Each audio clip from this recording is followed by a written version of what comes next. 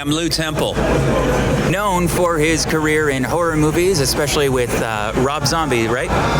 Done a lot of Rob Zombie movies. I've done 4 actually of Rob Zombie's movies, starting with The Devil's Rejects, moving on to Halloween. I did an animated feature for Rob that's called Super El Bisto, and then also 31 is the last movie I've done for Rob.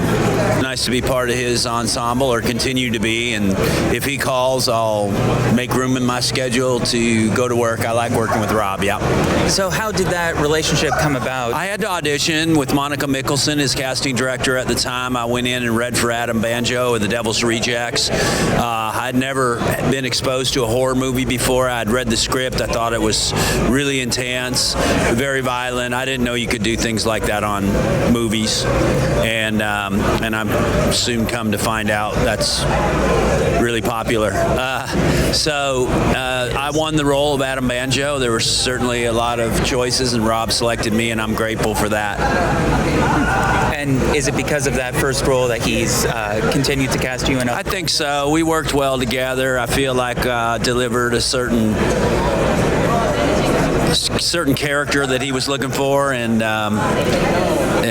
he appreciates, what I might bring to the party. Have you always been a professional actor, or was that at the the beginning of your career? No, I was in baseball, and I was in professional baseball working for the Houston Astros. I followed a girl into a building to ask her for dinner, and it was a theater, and I liked what I saw that they were doing on the theater, and I made an effort to pursue learning how to do that in training, and went back to school to learn, and then committed to leaving baseball and pursuing acting as a career. How long have you been doing convention appearances like you have? I guess we started right after Devil's Rejects, and I did a fair share in 2005 to, let's say, 2010. And then I focused on really just going back to work. And then after being on The Walking Dead, it was so popular. There were so many opportunities for us to get out and meet the fans that I came back to it. And then after The Walking Dead, I sort of took a break again for the last couple years, and now I'm back out doing it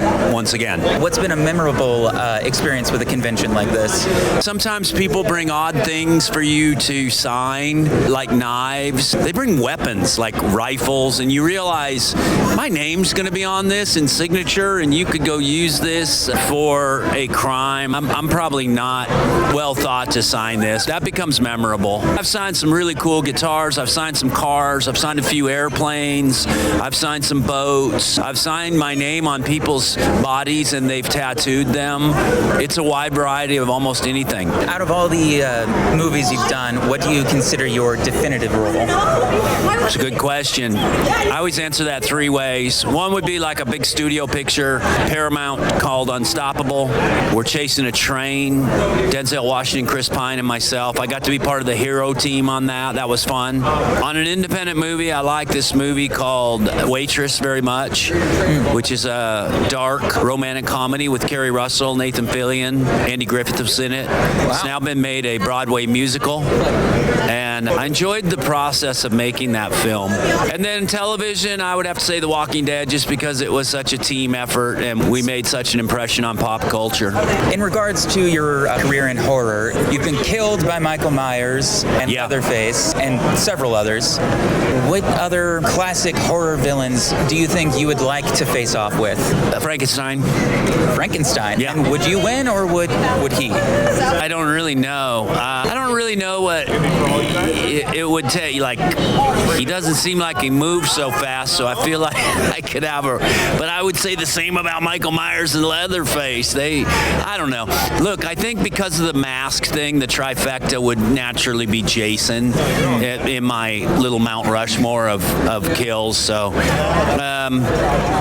I haven't fared very well against the villain, so I don't suspect, per the script, I would against Jason or Freddy Krueger or even Art the Clown for that much. But that's sort of how it's written. To end things off, what advice, what message would you give to young artists, actors, or athletes? I think be authentic to yourself. I know that we use that word authentic a lot, but really that just means be you. And we spend most of our time trying to be something we think somebody wants, and yet all that's really ever wanted is to get to know you. So if somebody had said, hey, bring you to the party way more than these characters you're developing, I think I'd have been better served. So I would say being you is what people are looking for, not being who you think they're wanting to be. So be authentic.